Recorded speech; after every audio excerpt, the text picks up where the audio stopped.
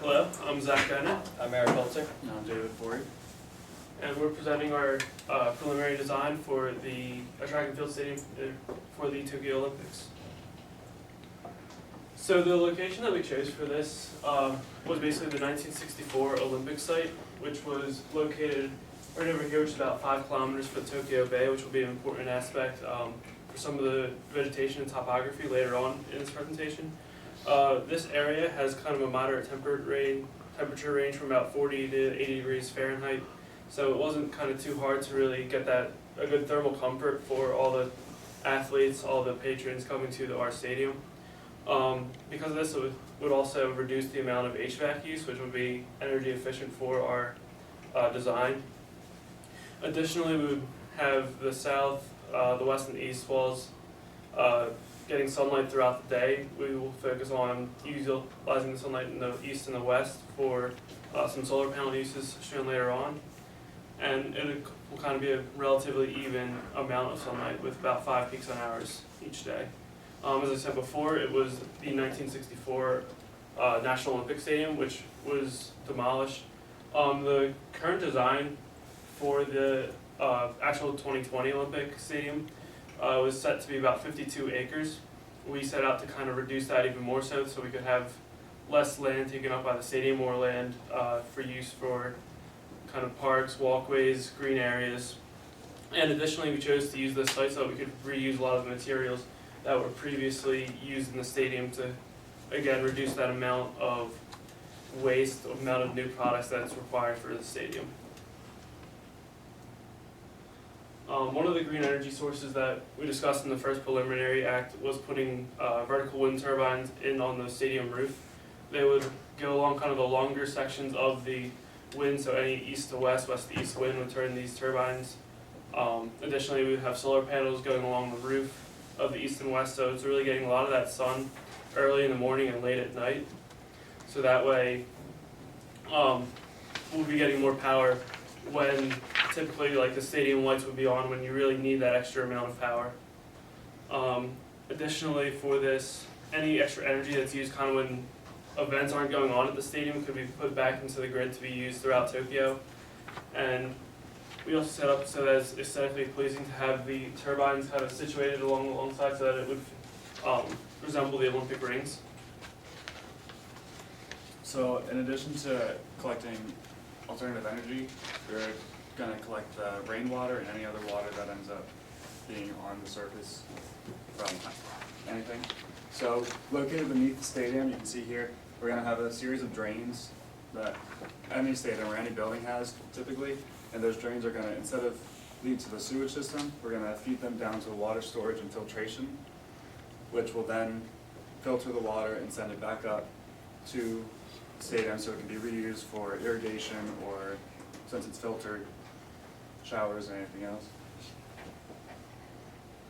For transportation, we really want to reduce the amount of cars, especially in a big city, that are coming to the stadium because parking is obviously going to be very limited, and we want to reduce the amount of emissions that we produce. So we're going to have plenty of bike racks made from recycled post-consumer products, everything like that. We're also going to have some biking incentives, like free parking and maybe some sort of reward for people who ride their bikes as opposed to driving.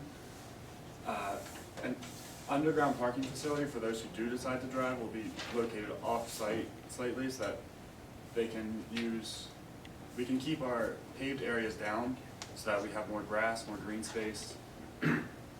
And in those parking facilities, we were going to put some speed bumps that, as you enter, they produce power as you drive over them. So not only do you have to slow down to get the speed bump, but you also have to produce power from them. And then, obviously, Tokyo is high ranked, one of the top in the world public transportation system, where there's already stops in the area where the Olympic Village is, so that will always be an option there. So from our previous presentation, we talked about doing a modern cultural design with the traditional Japanese tiered buildings, which you can see in this picture here. We wanted to incorporate modern materials though, like glass, steel, and the aesthetics, so like make it look modern. But we also wanted to represent the traditional style of appearance. So we also, in addition to the traditional style, we wanted to incorporate traditional cuisine and vendors. So we were going to bring in vendors from the local area who can tell what they make, as opposed to like McDonald's or like global companies where it's the same thing everywhere. So we ended up going with just one roof instead of two. As you can see, we did change it a little bit from our original design. We really wanted to get that nice slopey, curvy roof, that traditional architecture. But Revit just, we couldn't get it to work out quite right. If we had more time with Revit, maybe we could have figured something out. But anyways, here you can see our solar panel array. Again, this, as you can see from the previous picture, the angle that it would be at would be about latitude tilt, which would be optimum for that location. And I'll get into later why exactly it's green. So thermal comfort, we really wanted to figure out this thermal comfort. And you might be asking yourself, well, why even bother going into it? It's only like 1 point for the lead credits. But anyways, we really wanted to figure this out because it's an open stadium, okay? So normally when you're doing thermal comfort, it's about indoor environment. So we really wanted to see, could our spectators be comfortable while at the games? So let's get into it. Let's see how we got these values here. So the relative humidity, we just looked up online what was the average humidity in August. That's when the Tokyo Olympics would be taking place in 2020. It ended up being, I think it was 74, 76, we labeled it as.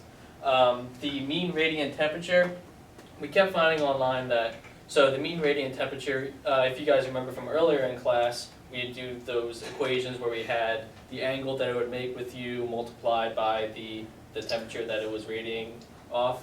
Add that all up, divided by 360. Well, what we were finding was that for an open space, you can just consider your mean radiant temperature as the outside air temperature. So that made it much simpler for us, considering being in a stadium.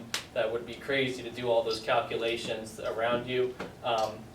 So we ended up sticking with considering the mean radiant temperature to be the outside air temperature. And 1 metabolic rate was given for people who are seated at rest. So that's how we found that. And so some of the other things, the airspeed we considered to be low. It is outside, but we do have those high roofs, so maybe not too much wind would be getting in. So we kept it low. Let's see what else. Air temperature, just looked up the average air temperature in August in Tokyo. And clothing level, this was interesting. From this online calculator we found, you can pick what kind of clothing the typical person might be wearing. So you can't see it because it's not dropped down right now, but it was like trousers, short sleeve socks, sneakers, and underwear. So I figured that was typical summer clothing for the average person. And we ended up getting that we met the ASHRAE standards. We got a PMV rating of 0.34, which pretty much just means neutral. You're going to feel good. You're not, a little too warm would have been a rating of 1. So just to give you a perspective there. So topography and vegetation, we already talked about, or no, we haven't talked about the green roof yet, I'll get to that in the next slide. But large trees, so large maple trees for the walkways, we found that maple trees are pretty abundant in Tokyo and Japan. So we want to line the walkways with that for, not only does it look pleasing, but also for shade in that summertime heat. Japanese gardens, as Zach was talking about earlier, having a smaller building, smaller acreage, we can have some Japanese gardens. Eelgrass pond, so this is interesting. Eelgrass is grown in the bays in Tokyo Bay to help prevent corrosion of the sea floor, along with keeping just the plants in there healthy, the wood from the docks and boats, keeping everything really healthy. So we were thinking, well, we can create a pond, grow some eelgrass, and they sell it back to the community. So that's just another way to stay green, and using excess dirt to channel water into our collection system. So again, we having a real hard time with Revit trying to get those nice curves, but this is our green roof. We could have this bottom area, we couldn't separate the green, but this bottom area we made it green just to show that this is where our green, our vegetation would be, our green roof. Probably grow native vegetation, maybe even rice, and, again, helps send that back to the community. So we each kind of took a different section to create Revit. I went for the stadium box seating.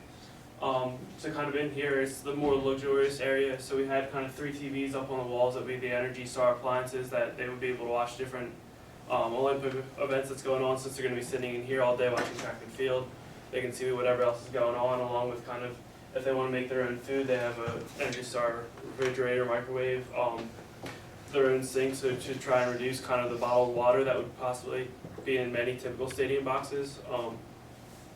We wanted to kind of give them the reusable water source. And then in the hallway outside, there's like a glass outside, so this is kind of on the edge of the stadium.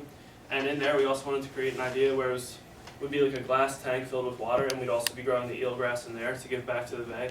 One of the interesting notes on that too is that eelgrass is one of the only underwater plants that will actually bloom. So as this is kind of in the August time, they would have nice pretty flowers that would be going on in the outside. So it'd be nice for both aesthetics as well as kind of that having that thermal mass of water to help with the thermal comfort for both people coming to the stadium as well as the athletes competing. So whenever anyone goes to any sports event, especially big ones, concessions are a big deal usually. So we wanted to focus on the vendor facilities.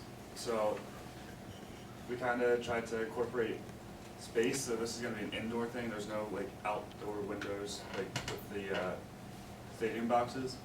But the biggest thing for greenness and lead points here was Energy Star appliances, since they're constantly making food whenever it's running. The ovens and refrigerators and microwaves tend to use a lot of energy, so if we can reduce that energy amount, then we can get that down. So our lead scorecards here, we kind of tried to be as conservative as possible to make sure that if anyone tried to take away any points, they wouldn't find anywhere to take away points, but if they decided, hey, you actually did better here, then we could get more points. So we ended up calculating ourselves to be at 85 points, which is a 5-point buffer at our most conservative. So we expect to be a little higher than that probably before the final evaluation.